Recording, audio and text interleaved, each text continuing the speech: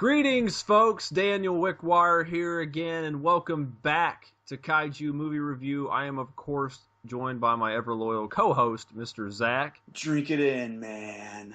Drink it in. Drink it in! Why don't you go ahead and enlighten us with your little bit of science fiction / kaiju news? Certainly. So I was reading on Sci-Fi Japan the other day which I guess this came out like a week ago, but whatever. It's still recent. It's relevant to today's episode that in Chicago on December the 17th, they will be hosting the 10th anniversary memorial concert for Akira Ifukube. You know, if you know anything about Ifukube from, the kaiju movies he scored and other movies he scored, he was a very well-loved composer among the community, and he's made some of the most iconic scores for the Godzilla and many other Toho films. We, tragically lost him 10 years ago, and it is great to see that these orchestras and stuff are still putting on memorial shows to this day for such an outstanding and talented individual. Yeah, and that's actually relevant to today's movie, but we'll talk about that here in a little bit. As far as my bit of news for the week, or the 2 weeks rather, something actually just came up earlier today, and I felt it was worth mentioning, of course, via Sci-Fi Japan again. Starting on January 8th, 2017, in select theaters in select areas of the select states, United States that is, they will be showing a double feature of Ultraman X the movie and Ultraman Ginga S the movie in, as I said, certain theaters. I really hope there's a lot more. They're not particularly long movies. Both of them are just a little bit over an hour, so you're sitting about what you get in an average movie, a little bit over 2 hours, 2 hours, 20 minutes probably. But I can't think of really any other instance that's been outside of very minimal releases in maybe California where they've ever shown Ultraman films in the United States. So if you get a chance, I'll put a link below in the description below so you can see which cities are currently going to be doing it. I think they might be adding more, but there's not a lot. I don't think we'll be able to go just for the fact that there's not one remotely close to us. Well, there is, but it's just, if it was closer, it'd be fine. But just check the link out, see if there's one in your area, and do us all a favor and go watch some Ultraman movies. Because if it does good enough, you never know, we might see a wider distribution at another point. Yeah, it kind of sucks. There's one. The one in Kansas City isn't too far from me, but that's still a 3-hour drive. Yeah, that is quite. And I saw that. I'm like, oh, that's relatively close to you. And then I look at this list, and I'm like, I don't know where some of these places are because geography is not my strong suit. But I know of a Mount Washington, Kentucky. Sounds vaguely familiar. Don't know where that is, but I don't know. I'm close to Kentucky, relatively close to Kentucky. All this other crap. You could also technically go. Well, no, that's Virginia. I misread. I thought it said there was one in South Carolina, but Virginia's still not terribly bad, but still it's further than I want to go. But if any of you can, please do endorse this. I know most of you probably have seen them in one shape or form of the internet or Blu-rays, or I don't follow the release schedules of all these movies, so these ones I'm not super familiar with, but I'm sure Ginga S is out. Ultraman X is, of course, done because they've already moved on to Orb. So please watch it just to support it, and maybe they'll do it again. It does mention here that they will be showing the film in additional theaters. It says to continue checking back for more updates. It looks like, though, it will be an English dubbed version of each film. Yes, that is worth mentioning. There's more information in the link I'll provide, but that is also worth mentioning. There will be English dub and not subtitles, so kind of curious how that's going to turn out. I'm not a fan of some of those international dubs if that's what they plan on using. Yeah, but don't be a hater. I mean, don't be like, oh, I'm not going to go support this because it's English dubbed. Dude, don't be that guy. Just go support. Yeah, don't. I mean, go. Dude, people watch Godzilla 2000. The dub of that movie is just absolute garbage. Yeah, but I still watch. And this supports kaiju as a whole. I mean, you go watch these Ultraman movies, even if the dub's terrible, it doesn't make the movie bad. And it helps with the chance of getting Ultraman back over in the United States. I mean, we haven't really gotten Ultraman over here in decades, man. Very true. Support the official release. Listen to Team 4-Star. That being said, we can go ahead and get started with our movie for the week. So today we will be looking at the 1966 kaiju classic Daimajin, which was released by Dai Films, is directed by Kimiyoshi Yatsuda, produced by Masaichi Nagata, written by Tetsuo Yoshida, and starring Miwa Takada. And of course, I almost did it again, but of course, cannot forget Akira Ifukube, which is easily one of the best parts. Not to say this is not a comment in the whole film, but it's easily one of my favorite parts of this movie. The movie opens up on a rather dark and spooky night where a lot of the villagers in this specific area are woken up by odd noises and seismic vibrations, so on and so forth, and they begin to start a ritual to ward away a demon they refer to as Daimajin or Daimajin. During this rather unusual night, a resident of the local castle named Samanosuke actually launches a coup with the help of one of his friends or subordinates, Gunjiro, to overthrow the leader of this castle named Hanabusa. And by doing so, he is essentially taking out all of his family, guards, anybody loyal to him will be wiped out in this in order to, of course, that's generally how coups work. One of Hanabusa's loyal men, Kogenta, escapes the siege and takes two of Hanabusa's kids with him, his daughter and his son. Of course, Hanabusa and his wife and most of the people there, most of his allies end up dying in the skirmish, and Samanosuke takes over the castle. After he has taken over, goes down to the village and announces that Samanosuke will ban all rituals, sacrifices, anything to help praise this Daimajin because he doesn't believe in gods. He's all about technology and the progression of humans via humans, not any outside sources. After escaping the castle with the children, Kogenta takes the kids to his aunt's residence. Her name is Shinobu, and she helps them escape to the mountains where Daimajin supposedly lives, to keep the children safe because most people don't go up to these mountains. It's considered illegal, or most people don't want to be possessed and eaten by ghosts or whatever the heck it is that ghosts do to people. The three stay in a cave near the top of the mountain. Near this cave is a statue which is said to help seal Daimajin from coming loose and, of course, destroying everybody and laying waste to the countryside. The group stays here for 10 years to try to lay low, build up, let everything pass, try to build up allies and stuff to come back and take over the castle, which they had lost, of course, to Samanosuke. Since the 10 years have passed, Samanosuke is still in charge. He has enslaved the village near the castle and has forced them to build a giant gate and wall to protect his city. He has also begun to amass power in an attempt to take over the local capital. After learning from Shinobu what has come of the village and the villagers, Kogenta returns to the village to see if there are any remaining retainers still loyal to the former lord. He is caught by Samanosuke's men on the way back to the village, and due to his long absence, the prince and princess grow worried, and our young prince, Tadafumi, leaves after him to see what happened. After Samanosuke's men have tortured Kogenta in an effort to get information from him about the whereabouts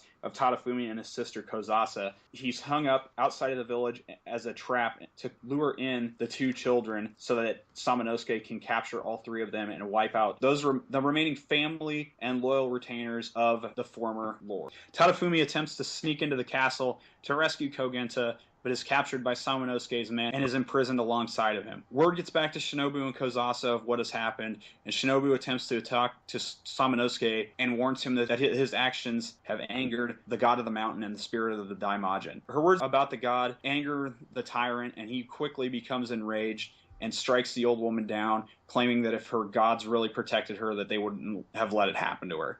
He then orders that the statue of the Majin be destroyed to keep the villagers from prattling on about this silly mountain god. He sends his men up the mountain, and on the way up the mountain, they end up capturing Kozasa, who they then force to lead them to the idol. The men try to destroy the statue with hammers. Nothing seems to work, and finally, they take a giant spike that they'd brought with them and drive it into the Majin's head, causing the statue to bleed, and the men to all mysteriously disappear. Kirby style. Kirby. And if you want to know what happens from there, well then, you'll probably just have to watch the movie for yourself and find out. Okay, we're going to talk about the always fun and best part of this entire show, the special effects and the monster design. And we're actually going to talk about Daimajin first, just because I want to do a little bit out of order, because I think the special effects are a little bit more paramount in this movie than the actual creature itself, or thing, or whatever. Daimajin is a mountain spirit that is sealed inside of this mountain. That's not really specified what mountain it is, or in fact where this movie takes place, other than the fact that it's feudal Japan time. But it is a monster or demon sealed inside that takes on the form of a, what would you call this? Oni slash samurai. Yeah, it's like kind of a big samurai demon almost. It looks like he's wearing like an old style like samurai face mask and all that. So And it looks good. It's all fluid. Everything's like stone, and he moves like he's stone. Like obviously, they can make him move awkwardly sometimes, but it's just all of it is like really well done. And the armor and the special effects are top notch. They're great. oh, I agree with you. I really like the design of Daimajin. It's a really cool monster, and it's really unfortunate that outside of these three movies, it went unused for 50 years. It's kind of a disappointment that it just kind of sat in Daii's vault. Yeah, except for that TV series in 2010. What was it? Daimajin Canon? Yeah, which is why I said it sat dormant for about 50 years. Yeah, it's true. Yeah, it's true. And that ends up just retelling the three films, but in like a modern day setting. I never watched it. I didn't care enough for Daimajin at the time. I didn't watch it till way after the fact. Now I do actually kind of want to see it. But one thing that kind of disappointed me in this movie, and it's been a while since I've seen the other two, but he doesn't use his sword. Oh, no, he doesn't. And I haven't seen the other two yet, so I didn't even think about that. Yeah, it's been a while, so I don't remember, but he never, like, unsheathes it. Like, he's got the sheath and stuff, and then, of course, he gets the chains later. And you mentioned that looks awesome. You like that? Yeah, he looks even more badass with the chains all around him. Yes. Like it took an already cool design and made it like even better. One thing I really like is the face, how you can see the actor's eyes in it. It actually allows them to convey emotion inside the suit, and it's I actually just looked this up. It is the same year War of the Gargantua was made, and they did that same thing, and it's two really awesome movies. It's a really simple thing. You don't think nothing of it, but it helps so much when displaying like emotion of like these monsters, which most of them, not most of them, but not a lot tend to do that. But this one was really good, even though he's supposed to be a vengeful god anyway. Yeah, it'd be really interesting to see which one of them actually did it first, I think it's one of those things, it's going to depend on when the movies were filmed, and at this point, it'd probably be nearly impossible to find out like 100% certain which one happened first. Yeah, because you'd have to find out which was developed first, because they were both released the same year. Because or in development and pre-production, even production. Because of course it was different than as now, as you plainly know that, as most of the audience does as well. Of course, there was no internet and easy way to get information like that, but I'm sure most people knew everybody in the tokusatsu. I guess tokusatsu creators, they kind of knew what was going on, even though they were rival companies. But it's just, I don't know, we'll have to look, because all three of these movies were made the same year. They were released 4 months apart. Yeah, which would lead me to believe they were all shot together, similar to like what Lord of the Rings was. They were. All three of the movies were all recorded simultaneously. Which would you would think that they were recorded, a year or two ahead of time then. Yeah, it had. Because you got to have time for production schedules and editing and special effects and all that stuff. That's a lot of content to do in a very short amount of time. It's 3 movies worth. Not long movies, but there's 3 movies worth. Especially back then when they didn't have like computers and stuff to do it. Of course, and we can actually use this as a perfect segue. The special effects in the movie are way above most of the stuff Dai does, at least did for Gamera movies. I don't know much about Daii's other library outside of kaiju movies. It's not really my forte, but it was way above what you normally see. Yeah, and I noticed that too, like compared to the early Gamera movies that I've seen, and man, this just blows them out of the water. Oh yeah, and the way the movie's shot too, cinematography is wonderful. I like the real close-ups in like Daimajin. You get the low look, and even with the human characters, some of the lighting, I didn't feel none of it was wasted. The movie's paced really well. It flows really well. There's always something happening. Even the sword fights, like the sword play, was really cool in the movie. Yeah, I completely agree with you. Like, the movie was so well choreographed.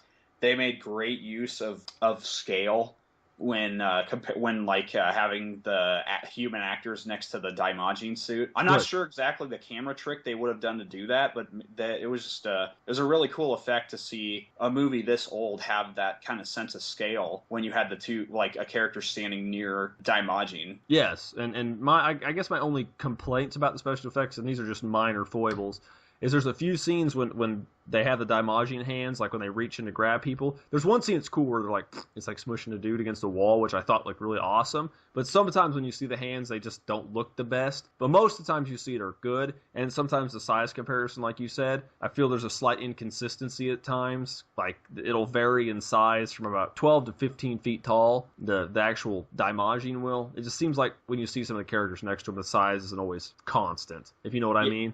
Yeah, there's a little bit of a shift in scale, but I mean, just as I said, given the age of the film and the kind of special effects they were doing at the time, it's kind of forgivable. Oh yeah, it totally, and all the miniatures look really good. It was just well shot. All the green screen stuff, which is not super noticeable, at least in these versions of the film, the Blu-rays, but it's good. I was actually really impressed by the fact that you couldn't really notice the green screen stuff as much on the Blu-ray release, because the Blu-ray transfers look fantastic. Oh yeah, and I will say before we move on to purchasing or movie where you can get this movie from, I would like to state that my favorite effect shot of the entire movie is the very, very end, what concludes the movie, or the event that leads to the inevitable conclusion. That's my favorite. And most of the special effects shots are at the very end of the movie. There's a few early on, but you don't... Daimajin, it's like an older sci-fi film, is obviously.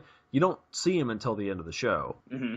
As you can tell by our synapses. Yeah, you can tell by our synapses. I mean, we didn't talk about Daimajin actually, the hammer to the statue. That's kind of where it all takes off, which is towards the end of the movie. But as I just mentioned, film availability and pricing, if you want, Mr. Zach, why don't you go ahead and let us know what you found on the eBay? Well, okay, this movie is pretty much everywhere. Since the Blu-ray set was just released a couple of years ago by Mill Creek, I mean, you can find this thing all over the place. As far as the Blu-ray set goes, I found sold listings on eBay from between $6 to $15, so it is incredibly inexpensive. They also still have the older DVDs available, which were released by ADV. They are long out of print, so they're a little bit more expensive. They're kind of in the $15 to $25 range. And then also, you can get the VHSs, if you so choose, from the original 80s release with the American Media International dubs, which is actually what's included on the Blu-ray disc. But the VHSs, if that's your style, will only run you about $5 a piece. Of course, and same for what I found on Amazon. Right now, you can buy the Blu-ray set if you have Prime. Even if not, it's $11.46, free 2-day shipping. All the DVDs, as he mentioned, are about $15 to $25, and the VHSs are $5, $10, $15, depends on the one you're looking at. I would like to say that I believe Zach watched the dub version of the film on the Blu-rays, and I watched the subbed versions. I'm a weird purist. I don't mind dub every once in a while, but I prefer subtitled films, which nothing wrong with that. Preferences are preferences. I completely understand. And I mean, I gotta say, for being an international dub from the late 60s, this dub was actually incredibly good. Like, the pronunciation of the names was spot on. Like, the actors were all very competent, with the exception of a couple but all the major players sounded great. I was shocked when I found out that this was like a dub from the 1960s, because I honestly thought that it was a newly produced dub for the film. And I don't even know, because I've never watched it in English, so you have to take Zach's word for it. And he's kind of particular about his dubs, because we've watched, obviously, a lot of anime and toku films growing up. So that's kind of his, I'm more particular. I just prefer them. I don't mind dubs, but they have to be good. Like, some of them drive me nuts. I hate some international dubs. Some international dubs are fine. Some American picture dubs I really like. Other ones I don't. So it just depends on the movie. Yeah, and I read that the AIP dub is also used on the second film, and then on the third film they recorded a brand new dub for the Blu-ray release, so it'll be interesting to see how that one fares. Of course. Another thing I'd like to state before this section goes over, the best ever English dub for a kaiju film is Godzilla vs. Mechagodzilla, the original. And I'll do that. Alpha Centaurus! Oh god, so freaking brilliant. Anyway, so closing statements and recommendations, Zach. What do you got to say? I have never seen Daimajin before we watched it for this review, and I got to say I really, really enjoyed it. This is easily among one of my favorite non-Godzilla kaiju films now, and I absolutely cannot wait to watch the second and third films. So that's a yes? That is an absolute yes. I don't even think that question was necessary. No, it wasn't. And I, of course, reflect his sentiments perfectly. Except this is the second time I had watched Daimajin. It is a very good show. If you like kaiju films, you'll love it. If you like samurai films, you'll love it because you get both. It's really well done. It's really well shot. The characters are, for the most part, likable. I don't felt they were really throwaway characters. The special effects are really good. The score is amazing. If you take nothing else away from this, enjoy the score. And I like this more now. The first time I watched it, I was like, this is a good movie. And the second time I watched it, I think I liked it even more. So yes, as Zach said, I highly recommend you check out this film because then especially with Christmas coming up, if you got any Christmas money coming, you haven't spent it, dude, it's like $11, $10, $11, $12 for 3 movies on Blu-ray. Yeah, that's only $4 a movie. And if you don't have a Blu-ray player, you can get a Blu-ray player cheap now. So buy one of those too. Not telling you more excuses. Exactly. We're not telling you how to run your business or your finances, but buy Blu-ray players and buy Daimajin. It'll save your life. Anyway. It is without a doubt probably the best movie we've watched so far as part of KMR. One of the best, because we have watched some other good, well, me and you, since we've taken over, there's been some other good ones, but it's this and Pacific Rim are easily the best. Oh, yeah, I kind of forgot we did Pac Rim. Yeah, Pac Rim's good. All right. Oh, don't forget, though, we've got another big movie coming next week. Another big, good, quote-unquote. Oh, yeah, that's right. We'll talk about that at the end. But go ahead and give your shout-outs, Mr. Zach. Absolutely. As always, you can find me on Twitter at CultureZacked, and you can find my writing over on cultureshocked.com. That's culture with a K and shocked in the past tense, where I write on the Culturecade and do video game reviews. In addition to Kaiju Movie Review, you can also find me over on Culture Shock's Running the Ropes, the official wrestling podcast of cultureshock.com, as well as Culture Shock's video game podcast, Pick Up and Play. And you can find me here with Mr. Zach every 2 weeks reviewing another crazy kaiju film. And by the time you watch this, which should be the 13th, there'll actually be a new show on Kaiju Movie Review, so go ahead and check it out. At this point, it's unnamed, but if you've watched it already, hopefully you've put your 2 cents in as far as the name goes. Of course, I'm the multimedia director for CultureShock.com. I do all my streaming for Culture Shock on Twitch. My Twitch channel is, actually, I'll just put the link below so you can follow that. I'll also put the link below to my YouTube channel for my video games, and I will put the link below for me and Zach's Twitter account, and the link for the upcoming Ultraman double feature US 50th anniversary film, or films. So go make sure you check all those out, and don't forget to check us out on Facebook. I'll put a link to our Facebook page down there because we need a little love on there, get some more folks. We post news on there as often as it comes up, try to make daily posts as often as we can. And yeah, there you go. But thank you guys for tuning in. We do appreciate you all for watching. And we'll have another new video up in 2 weeks, which we'll record right before Christmas. And it'll be out right after Christmas. It'll be a bit of a Christmas episode / gift to you. And there is snow in it. So it is technically a Christmas movie, because snow instantly makes any movie a Christmas movie. I guess if Die Hard's a Christmas movie, then the requirements are not very steep. Very true. But why don't you go ahead and tell the folks what we're watching in 2 weeks. All right. In 2 weeks, we will be watching a bona fide classic, and we will be featuring on Kaiju Movie Review Toho's 1955 classic Gigantus the Fire Monster. Except we're not watching that version. We're watching Godzilla Raids again. And it'll be a good one. You're terrible. You knew I was going to do that. Oh, of course. Of course.